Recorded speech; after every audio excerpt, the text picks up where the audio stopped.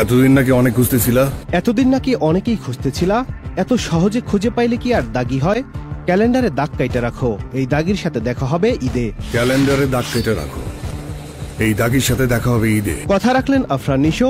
প্রকাশ্যে এলো বহুল আলোচিত এবং প্রতীক্ষিত সিনেমা দাগি এর টিজার। অপরাধ জগতে জড়ানোর গল্প দাগি সিনেমাটি দিয়ে সুরঙ্গের পরে দ্বিতীয়বার বড় পর্দায় দর্শকদের সামনে আসছেন আফরান নিশো। টিজারের নিশোর লুক, সংলাপ ও অ্যাকশনে মেতেছেন সিনেপ্রেমীরা।